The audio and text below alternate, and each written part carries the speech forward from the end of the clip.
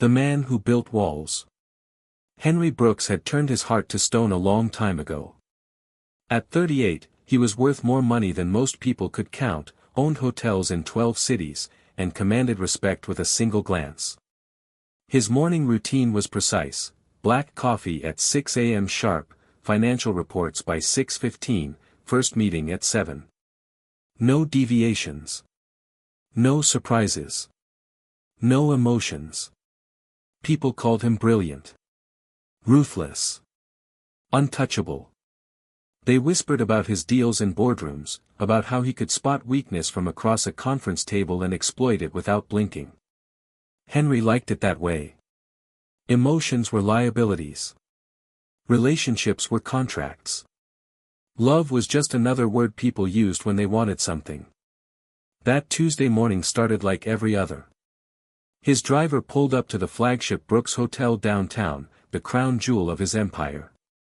Marble floors, crystal chandeliers, staff who moved like dancers in perfectly pressed uniforms. Everything exactly as it should be. But as Henry stepped out of his black sedan, adjusting his $1,000 tie, he heard shouting. His perfectly ordered world had developed a crack. "I don't care if you're children. You can't stay here without paying." A security guard was towering over 4 small figures huddled near the hotel's grand entrance. 4 little girls, maybe between 6 and 10 years old, dressed in faded cotton dresses that had seen better days. Their hair was tangled, their faces streaked with exhaustion and something that looked like fear. Henry paused. In his world, problems were handled by other people. Security issues were dealt with by security. He had more important things to do than worry about vagrant children. His phone was already buzzing with calls he needed to take. But something stopped him. Maybe it was the way the smallest girl clutched a battered stuffed rabbit. Maybe it was how the oldest one stepped protectively in front of her sisters. Or maybe it was the simple fact that they were so small and the world suddenly seemed so big and cruel. The security guard was waving his arms now, his voice getting louder. "This is a respectable establishment. You can't just sit here." Henry found himself walking toward them before he'd consciously decided to move. His Italian leather shoes clicked against the marble as he approached, and both the guard and the children looked up at him. "What's the situation here?" Henry's voice was calm, controlled, the same tone he used in board meetings. The guard straightened immediately. "Mr. Brooks. I was just clearing these individuals from the premises. They've been here since yesterday, sir. No adults, no reservations. I was told to move them along." Henry looked down at the 4 girls. They were watching him with wide eyes, uncertain but not cowering. There was something dignified about them despite their obvious circumstances. The oldest one, with serious brown eyes, held his gaze steadily. "Where are your parents?" Henry asked, surprising himself by crouching down to their eye level. Henry Brooks didn't crouch for anyone. Ever. The girl in the blue dress, the one who'd been watching him so intently, spoke quietly. "Our mom is in the hospital. She got hurt real bad. Our aunt was supposed to take care of us, but..." She trailed off, her small shoulders lifting in a shrug that held too much adult resignation. "But she left," the second oldest added, her voice barely above a whisper. "She said she'd be back in an hour. That was 2 days ago. 2 days. These children had been alone for 2 days, and no one had cared enough to check on them. No one except his security guard, who wanted them gone because they didn't fit the image of his pristine hotel." Henry felt something twist in his chest, something he hadn't experienced in years. It felt dangerously close to what other people called compassion. He stood up and turned to the security guard. "They're not going anywhere." His voice carried the authority that had built his empire. "Get them whatever they need. Food, water, blankets. And clear out the executive suite on the 20th floor." The guard's mouth fell open. "Sir, I don't think." "You don't think," Henry cut him off. "You follow orders. These children are now my personal guests." As he led the four girls through his hotel lobby, past the shocked stares of staff and guests, Henry realized his perfectly controlled world was about to become very complicated indeed. The smallest girl, the one with the stuffed rabbit, looked up at him as they walked. "Are you sure we can stay?" "You can stay," he said, and meant it more than he'd meant anything in years. But as they stepped into the elevator, Henry had no idea that this moment would unravel everything he thought he knew about himself, about family, and about what it truly meant to be home. 4 names, 1 heart. The executive suite at the Brooks Hotel was designed to impress billionaires and world leaders. Floor-to-ceiling windows overlooked the city skyline, Italian marble gleamed in the bathroom, and the furniture cost more than most people's cars. But as Henry watched 4 little girls explore the space, he realized none of that mattered. The youngest one, barely 6 years old, ran straight to the enormous windows and pressed her face against the glass. "Look how high up we are," she breathed, her stuffed rabbit dangling from one arm. "Careful, Lily," the oldest girl warned, but there was wonder in her voice too. "Don't get too close to the edge." Emma. That was the oldest one's name, Henry had learned on the elevator ride up.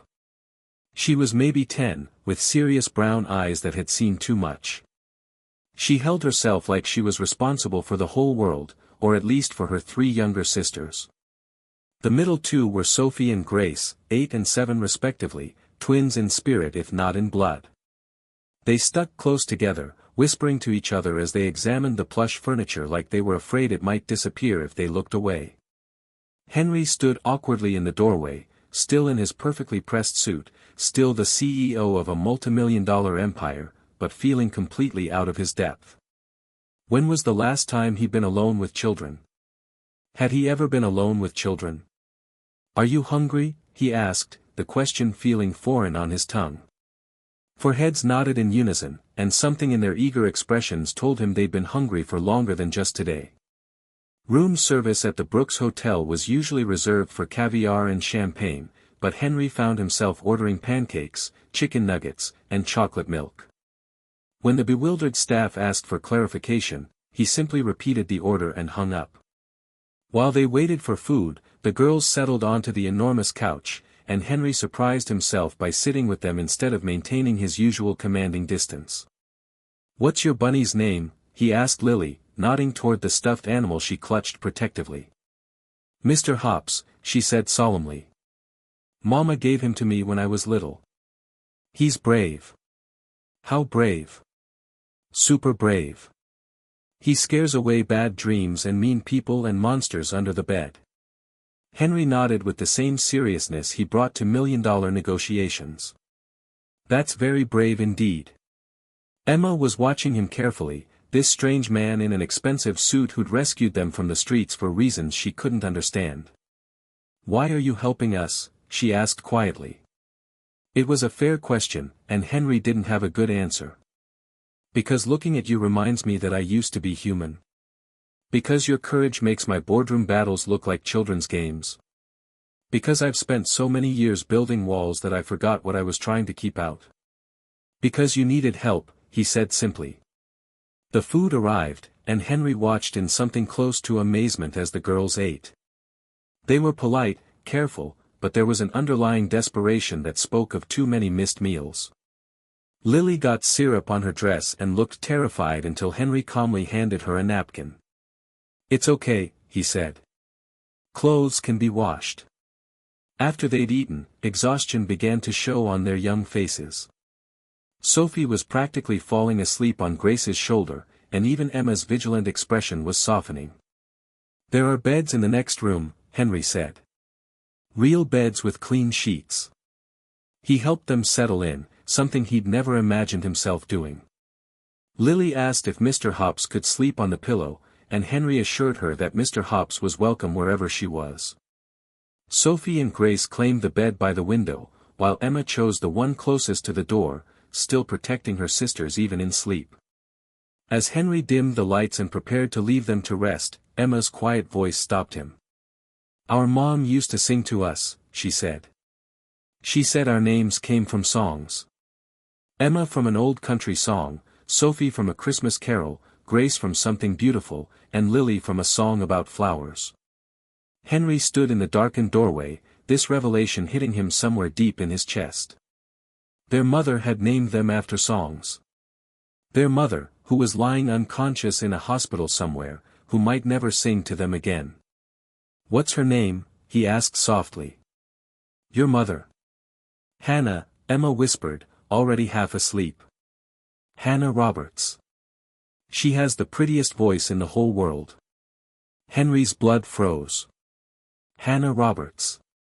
The name hit him like a physical blow, dragging him back 6 years to a different life, a different version of himself.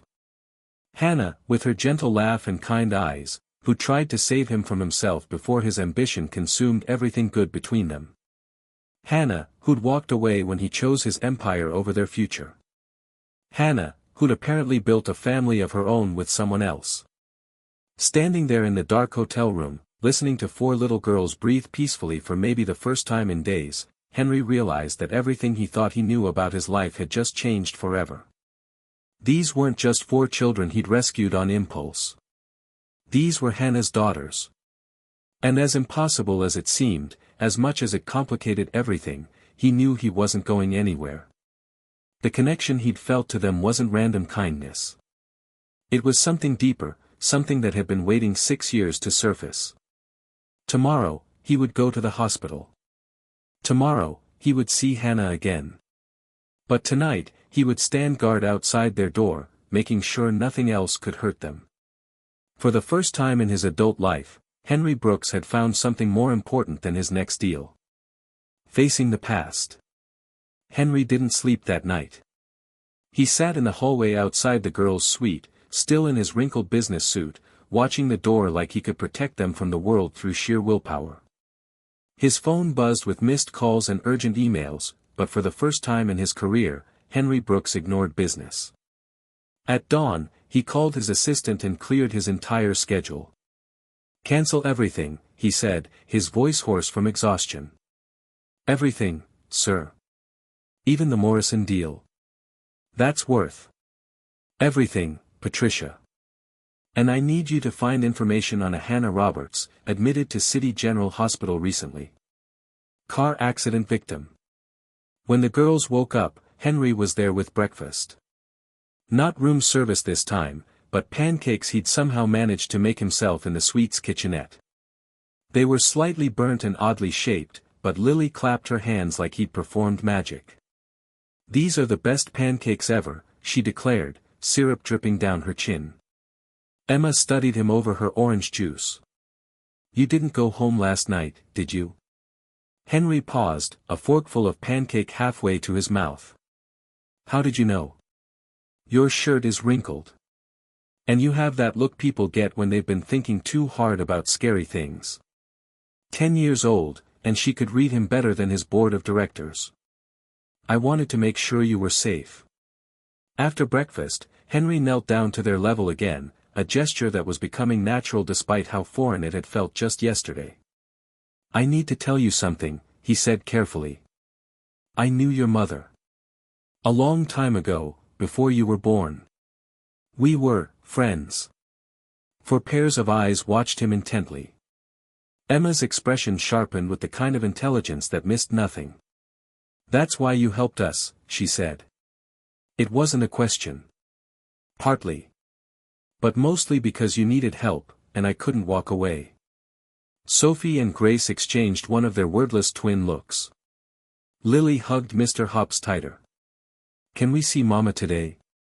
Grace asked in a small voice. "Yes," Henry said. "We can see her today." The drive to City General Hospital felt both too long and too short. Henry had called ahead, used his influence to cut through red tape and ensure visiting privileges.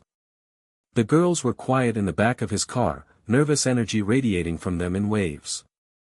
The hospital smelled of disinfectant and fear. Henry held Lily's hand as they walked through the corridors, following a kind nurse who spoke in gentle tones about their mother's condition. "She's stable," the nurse explained.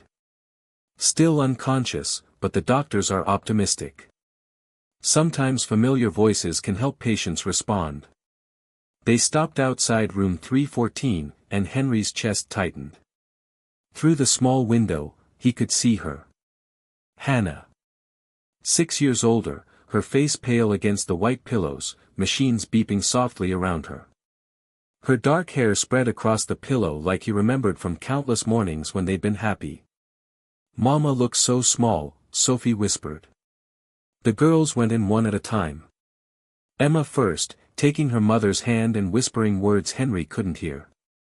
Sophie next, then Grace, each speaking quietly to their unconscious mother. Finally Lily, who climbed carefully onto the bed and tucked Mr. Hops next to Hannah's arm. "I brought my rabbit, Mama," she whispered. "He's brave, so you can borrow his braveness until you wake up." Henry stood in the doorway, watching this display of pure love, and felt his carefully constructed walls crumble completely.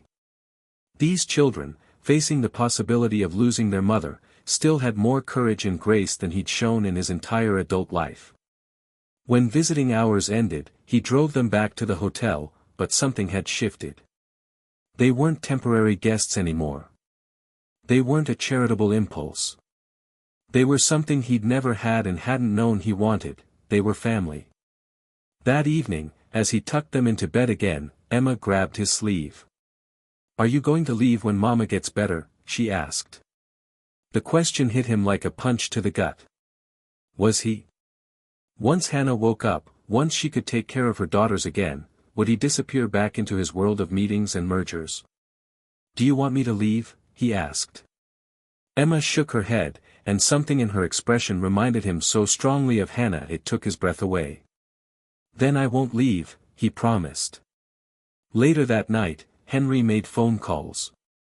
To his lawyers about emergency custody arrangements. To the hospital about Hannah's medical bills. To his staff about converting one of his properties into a home instead of just a house. For 38 years, Henry Brooks had built an empire. But sitting in that hotel room, listening to 4 little girls sleep peacefully, he realized he'd finally found something worth more than all his wealth combined. He'd found his heart. And it came in 4 pieces, each one named for a song, each one teaching him what it meant to love without conditions. Tomorrow would bring new challenges. Hannah would wake up eventually, and they would have to face their past and figure out their future. But tonight, Henry knew exactly where he belonged. He belonged here, standing guard over 4 little girls who trusted him with their whole world. And for the first time in his life, that felt like the greatest success he'd ever achieved. When love wakes up. 3 weeks passed like a dream Henry didn't want to wake up from. 3 weeks of pancake breakfasts and bedtime stories, of Emma teaching him to braid hair and Lily insisting he meet every stuffed animal in her growing collection. 3 weeks of Sophie's shy questions about his business and Grace's artistic masterpieces taped to the refrigerator of his penthouse apartment. Because somewhere during the second week, Henry had moved them out of the hotel and into his home. His stark, minimalist space had been transformed overnight. Toys appeared in corners, children's books stacked on coffee tables, and the sound of laughter echoed through rooms that had been silent for years. Every day, they visited Hannah at the hospital. The girls would talk to their unconscious mother, sharing stories about their new life with Henry. They told her about the pancakes he burned every morning, about how he'd learned to make hot chocolate with extra marshmallows, about the way he read bedtime stories with different voices for each character even though he wasn't very good at it. Henry would stand back and listen, amazed by their resilience, their unwavering faith that their mother would come back to them. And slowly, Hannah began to show signs of improvement. A hand squeeze here, fluttering eyelids there. Then, on a Tuesday morning that started like any other, everything changed. Henry was sitting beside Hannah's bed while the girls were at the temporary school he'd arranged for them. He'd taken to spending an hour alone with her each day, talking about the girls, about their routines, about how Emma worried too much and Lily still had nightmares sometimes. "They're incredible," he said quietly, his voice filling the sterile room. "Emma's so much like you it hurts. She carries the weight of the world on her shoulders, but she still finds ways to smile. And Lily. God, Hannah, Lily looks at the world like it's full of magic. They all do, despite everything they've been through. He paused, running a hand through his hair. I know I have no right to be here. I know we ended badly, and I know you probably hate me for how I chose my career over us. But I need you to know that these girls saved me. I didn't even realize I was drowning until they pulled me out. That's when he heard it. A soft, hoarse whisper. Henry. His head snapped up. Hannah's eyes were open, confused but aware, focused on his face. Hey, he said softly, his voice breaking on the single word. The girls, she whispered, her voice raw from disuse. Are they? They're safe. They're perfect. They're at school. He reached for the call button to summon a nurse, but her weak hand caught his. School. I'll explain everything. But first, you need a doctor. The next few hours were a blur of medical tests and relieved tears. The girls were brought from school early, and their reunion with their conscious mother was something Henry knew he'd remember for the rest of his life.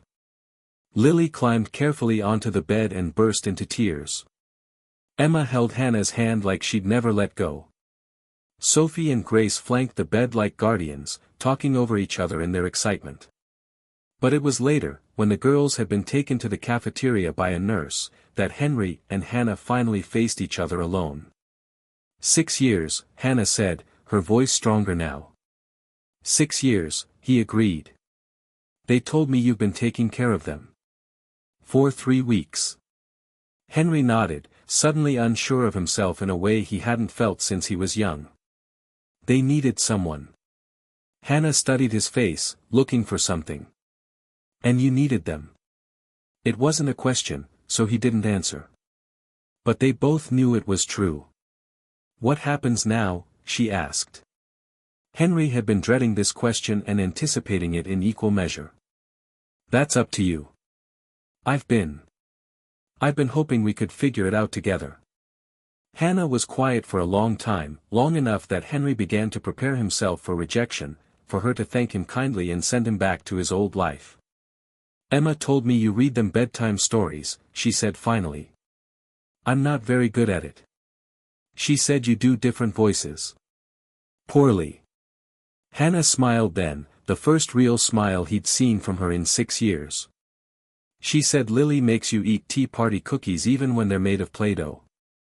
They're surprisingly inedible. And that you learned to braid hair. YouTube is very educational.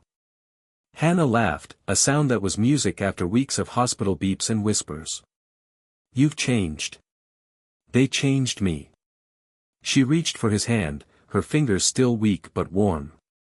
I can see that. The Henry the First knew 6 years ago would never have stopped for 4 homeless children. The Henry from 6 years ago was an idiot. No, Hannah said gently. He was just lost. We both were. They sat in comfortable silence, hands intertwined, until the girls returned from the cafeteria with chocolate on their faces and stories about the vending machine adventure. When can Mama come home? Lily asked, climbing back onto the bed with practiced ease. Soon, the doctor had said earlier. Another week, maybe 2. Where's home? Emma asked, and Henry realized this 10-year-old was still looking out for everyone else, still trying to solve problems that weren't hers to solve. Hannah looked at Henry, a question in her eyes. Home, Henry said, looking around at the 4 girls who'd become his world, is wherever we're all together. And as Lily clapped her hands and Sophie started planning where everyone's bedrooms would be, Henry realized that his empire had never made him feel as rich as this moment did. He'd spent years building walls and accumulating wealth, but these 5 people had taught him the difference between having everything and having what mattered. The difference was love. Messy, complicated, unconditional love that came with burnt pancakes and bedtime stories, with worried nights and joyful mornings, with the kind of family that wasn't born but chosen. Hannah squeezed his hand, and Henry knew that whatever came next, they would face it together. All 6 of them. Home. 6 months later, Henry Brooks stood in the kitchen of the house they'd bought together, watching Hannah teach Sophie how to flip pancakes while Grace set the table with mismatched plates they'd let the girls choose. Lily was in the backyard, having a serious conversation with Mr. Hops about the best place to plant the sunflower seeds Emma had picked out. It wasn't the penthouse. It wasn't minimalist or pristine or designed to impress anyone. The living room had crayon marks on the walls and puzzle pieces scattered across the coffee table. The refrigerator was covered in artwork and permission slips and photos of their unconventional family at the zoo, at the beach, at bedtime story sessions that had become legendary for Henry's dramatically terrible character voices. "Dad, you're burning the bacon," Emma said, not looking up from her homework at the kitchen counter. "Dad." The word still stopped Henry's heart every time. He'd never officially adopted them, didn't need to. Love didn't require paperwork, though the legal documents existed anyway, making official what had been true from the moment he'd crouched down in that hotel lobby and looked into 4 pairs of trusting eyes. "The bacon likes to be crispy," he said, flipping the strips that were indeed slightly too brown. "The bacon likes to be edible," Emma countered, but she was smiling. Hannah brushed past him to get the orange juice, and he caught her hand, spinning her around in the small space between the stove and the counter. She laughed, the sound as bright as it had been when they were young and thought they had all the time in the world. "We're going to be late for school," Sophie warned, but she was grinning too. 5 more minutes, Henry said, because 5 more minutes of this chaos was worth more than any meeting he'd ever attended. And he should know, he still ran his company, still made deals and managed his empire, but now he did it around soccer practice and parent-teacher conferences and the kind of life that had more meaning than he'd ever imagined possible. Grace appeared at his elbow, tugging on his shirt. "Dad, can you sign my permission slip? We're going to the Science Museum next week." He signed it with a flourish, right there against the counter, while bacon sizzled and Sophie successfully flipped her first pancake and Hannah hummed a song he remembered from years ago. "I can't find my math book," Lily called from the living room. "Check under the couch cushions." Emma called back, still the family organizer, still trying to take care of everyone. Henry found the math book wedged between couch cushions along with a toy car, 3 hair elastics, and what appeared to be the remains of last week's art project. He handed the book to Lily, who beamed at him like he'd performed a miracle. "Thanks, Dad. You're the best finder in the whole family." The best finder. Henry liked that title better than CEO, better than any award he'd ever received. Breakfast was its usual beautiful disaster. Syrup on everything, milk spilled and cleaned up without drama, conversations that jumped from dinosaurs to homework to weekend plans to why the sky was blue. Henry sat at the head of their scarred wooden table, so different from the glass and steel of his old life, and marveled at how full this felt. After the girls caught their school bus, waving from windows and shouting promises to remember their lunch money, Henry and Hannah stood on the front porch, watching until the yellow bus disappeared around the corner. "Any regrets?" Hannah asked, leaning against his shoulder. It was a question she'd asked several times over the past months, usually when they were alone, usually when the reality of how much their lives had changed seemed almost too big to believe. Henry wrapped his arms around her, breathing in the scent of her shampoo and the lingering smell of pancakes from the kitchen. "Only one," he said. Hannah pulled back to look at him, concerned. "I regret that it took me so long to find you again. All of you." She smiled, the kind of smile that had made him fall in love with her twice, once when they were young and stupid, and again when he was older and finally smart enough to recognize real treasure when he saw it. "We found each other when we were supposed to," she said. "Everything else was just practice for this." That evening, after homework was done and dinner was eaten and the bedtime story ritual was complete, Henry had finally mastered his dragon voice, much to Lily's delight. Henry stood in the doorway of each girl's room, watching them sleep. Emma, still serious even in dreams, her math book beside her pillow because she'd insisted on checking her homework one more time. Sophie and Grace in their twin beds, reaching toward each other across the space between them even in sleep. Lily, with Mr. Hops tucked securely under one arm and a new stuffed elephant, a gift from Henry, under the other. Hannah found him in the hallway, still in his business suit but with his tie loosened and his sleeves rolled up. "They're okay," she said softly. "They're perfect. So are you." Henry turned to her, this woman who'd given him everything he'd never known he wanted. A family. A home. A life that measured success in bedtime hugs and successful pancake flips and the trust of 4 little girls who'd needed someone to stay when everyone else had left. "I love you," he said, words that came easier now, words he said every day to all 5 of the people who taught him what they meant. "I love you too." They stood together in the hallway of their perfectly imperfect home, listening to the sounds of their family sleeping safely around them. Outside, the world continued its relentless pace, but inside, time moved differently. Inside, love had built something that would last. Henry Brooks had once believed that success was measured in dollars and power and the fear he could inspire in a boardroom. But standing there with Hannah's hand in his, surrounded by the quiet breathing of 4 children who called him Dad, he knew better. Success was this. Success was coming home to chaos and finding peace.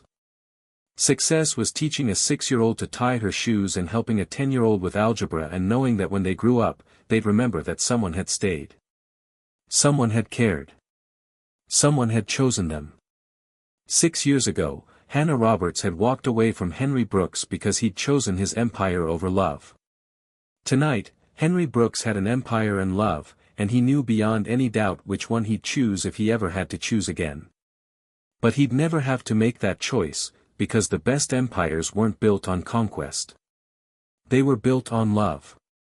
The end.